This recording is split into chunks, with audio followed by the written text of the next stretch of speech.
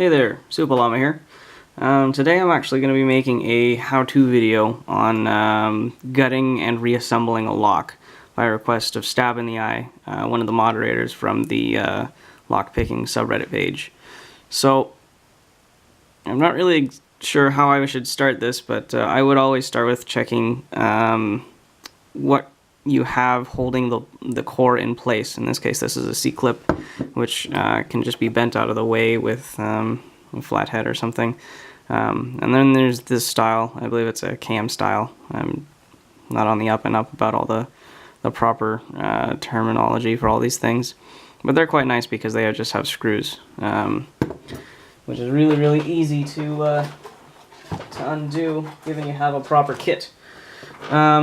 Other things you're going to need to disassemble and reassemble a lock, preferably pinning tweezers. Doesn't have to be sparrows. I like them because they have a very nice pin section here. But anything that has a groove cut into the tweezers themselves. Normal tweezers off the shelf are flat, and so they don't grab onto round cylindrical objects very well. You're also going to need some followers. These ones are just 3D printed from my local library. They have a 3D printer that is free to use for everybody. So I get a range of different sizes. If you don't have 3D printed followers or followers of any kind, you can use pen bodies. I've seen people use rolled up pieces of cardboard and paper, whatever. And a pinning tray. This one is CNC milled out of a piece of wood. Again, you can just use a piece of corrugated cardboard and rip off one of the faces, and that reveals a bunch of the corrugations, and you can just use the ridges as your pins can set into that. So let's get down to it. Just gonna grab any size Phillips here. I've adjusted my lamp, so hopefully it'll be easier showing you how the lock gets gutted. But Phillips screws pretty self-explanatory. I will be using a key just because I'm too lazy to pre-pick it. But the concept is generally the same. Whether you have keys or not, it just means that you actually have to pick the lock in order to gut it. You just have to find the appropriate size of follower here. I just do something like that, and if it looks like it will fit, then generally it will. But you're always going to want to keep track of where your key pins are. So if I was to turn it like this, the key pins are now upside down. And if I was to push on this follower, all those key pins would fall out as the core comes out because of gravity. So just be mindful of that. I don't believe this actually has any security pins in it. I actually haven't picked this. So I have no idea what's actually in it. But it shouldn't require any shimming, as it's not a challenge lock. Okay, so just nice and easy. Just had to give it a little bit of a wiggle. And as you see, it's still a little tight there. So there's all our key pins. Nothing's been done to it. It's just a little video here for you guys. And just cover up all the other key pins with your thumb or with, some other object, just so that way you can keep things organized. And just slowly move down the line, gut the lock. So there's the core all gutted. And as for the Bible, I just push down onto the follower just to push it back. I also watch that the gap isn't where the key pins are, so they're just going to settle here, because if I twist this, you can already kind of see a bit of that pin. So just watch where your gap is if your follower actually has gaps. So I'm going to try and keep this all in the light so you guys can see. It's a bit hard to see. I'll move the lamp a little bit more. Let's see if that's a little better. It'll be a little tough getting around the lamp, but hopefully that'll make things easier to see. And I'm just going to use the tweezers and push gently on the follower, so that way my tweezers are up against the roof, so that way it's ready to stop that pin from coming out, and I'm just slowly pulling back on the tweezers to let that driver pin come out of its own from the spring, but it's completely under control. And then for the spring, some people do pull them out with their tweezers. It depends. That spring was very, very close to the roof, so grabbing at it with my tweezers wouldn't have done anything. So you just repeat the steps over and over again until you have all the pins out.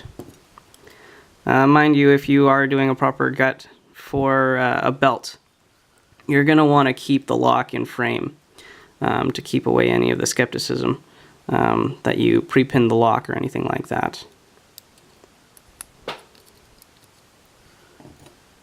So as you see, there's the spring just barely poking up, but I'm not really getting a hold of it with these tweezers. So it's better just to dump it.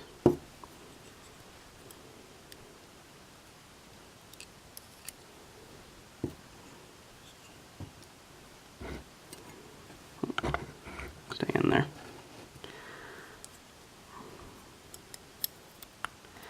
Also, some people like potty like to stop about midway through and push the follower back through.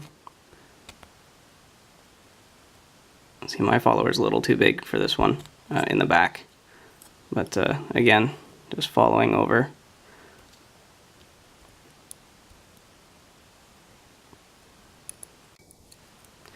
Now my follower is a bit large, so pushing with my tweezers, I actually worry I'm going to be bending them, so I actually am pulling slightly with my hand here that holds the cylinder. But the way you gut it is how you feel most comfortable. One of the reasons that people do the flip and push the follower through the other way is because once you get to the very end of that last pin that's way back there, hopefully that's in light good enough, you don't actually have a whole lot of follower left, only about that much in there, which means it's very floppy and somewhat hard to control. But personally, I've gotten used to it, so I kind of hold it like that as I get that last pin from in the back, and I just follow over by letting the pin slowly come up due to the spring, and come back out. Now, as for putting the lock back together, again, it's all personal preference. I like to put the springs in all at once because first off, I know that they're pretty well under that line. So I'll just pre-fill it with all the springs.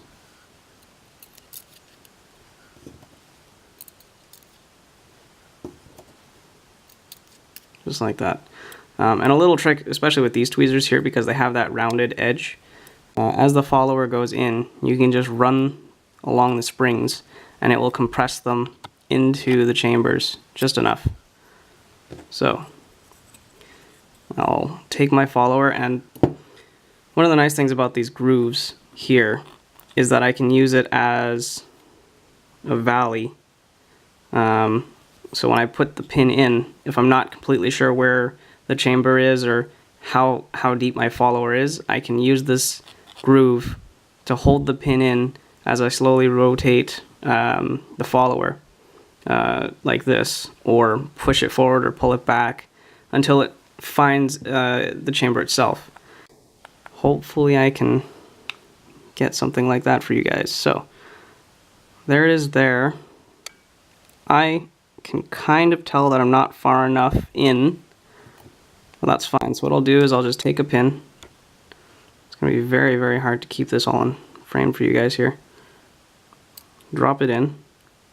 So now that it's there, I'm going to take my tweezers and just push down on the pin. And it will sometimes flip around like that. Can be a bit of a pain. If I get that, I'll just pull it out. Get it redone again. Okay, so now that pin is resting in that valley, but I can kind of see from my own perspective that it's not perfectly in line with that chamber. So I'll just push the follower out a little bit and use that groove to align it basically with that chamber. So there. It's pretty well aligned. I'm still holding it in a bit of an awkward position, but hopefully I can show you guys. I'm just going to push down on that pin a little bit. There. It's found the chamber. And I just push forward. Sometimes I have to use the table. It's a little bit of a leverage point, because the 3D printer does like to get a little grabby. Come on.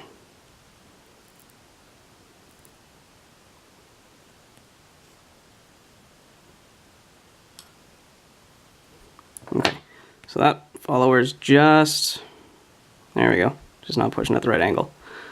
So now that pin is in, and we only have 5 springs left. Just give me 1 second, I'm going to take off my sweater here. Okay. Especially with this 3D printed follower, it because of the ridges, it likes to hook in to the ledge. So now that that first pin is in, it's actually pushing on the follower, and it does kind of hold it in there pretty good. So you don't have to hold it as much when you're working on the rest of the pins, which is kind of nice. So we'll just start the process over again. And it's hard to see again with the camera, but that almost looks perfect. So I'm just going to take a pin, drop it in, and that is pretty well rested perfectly on that spring already. So I'll just take my tweezers, push down, and push forward with my finger. And I'm just pushing like this with my finger. Okay, yes, so that pin is in.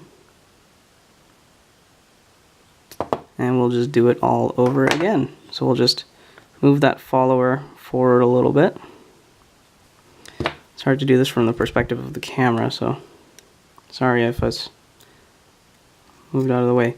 So there, I just dropped the pin in, and again it looks pretty well like it's on the point it needs to be for the chamber. So I'll just take my tweezers and gently press down. There, see, it's clipping a little bit, so I'm just going to take my follower and rotate it ever so slightly. And push down on that again, and it's found the chamber.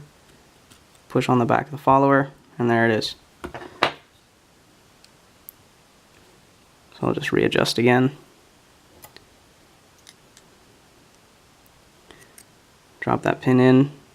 Looks to be the right spot, but maybe it's a little too far back. Push on it. Yeah, too far back. Oh, but that's okay because it's found the chamber. So we'll just push on the back again, and there it is. And we'll just repeat the process over and over again.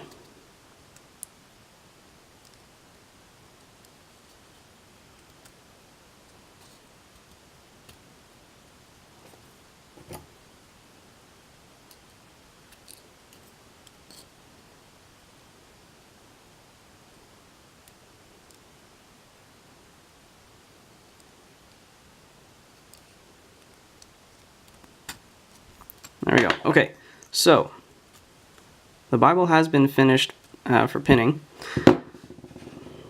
and now it's time to do the key pins. But let's say we mix them all up here. We don't know which key pin goes where now. That's fine, in this case anyway, because we have a key. So I'm just going to put the key into the lock. Into the core, and just going to populate it. And I'm just going to run my finger over top of that core just to feel how smooth it runs. And we'll just run through. See this one? Way too tall. So we'll just move it down to the next one. Too short. Cover up pin 1 because we know that's right. Move on. Too tall. A little bit too tall. Seems just right to me. And just keep going.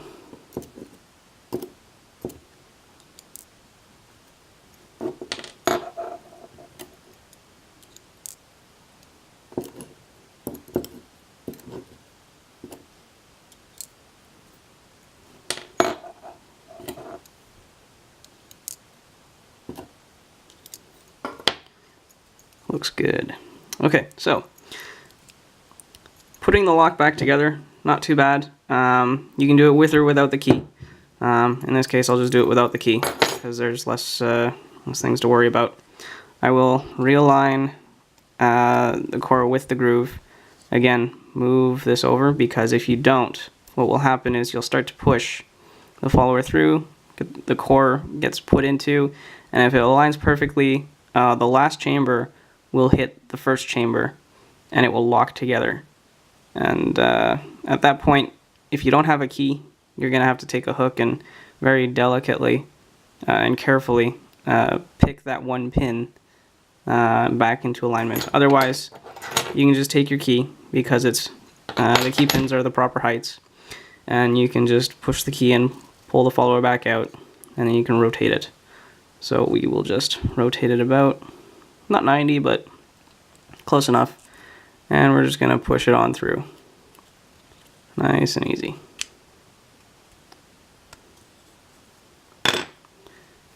And we'll turn it, and it locks.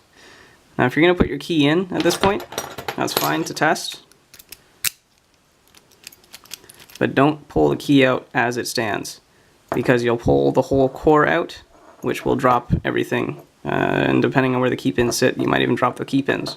So lock it back up and just pinch the key, so that way you're pushing against the face of the core and everything will come out no problem, and it will just be locked together. And we'll just put this guy back together.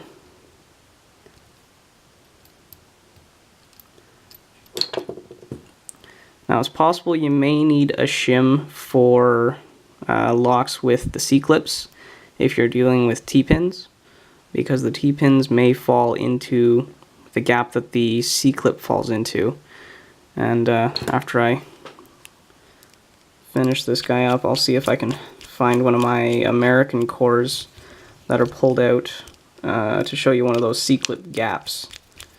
Now it's not normal to find a T-pin in an American unless it's a challenge lock, but it's possible you may find a T-pin on another combo of lock that uses a C-clip.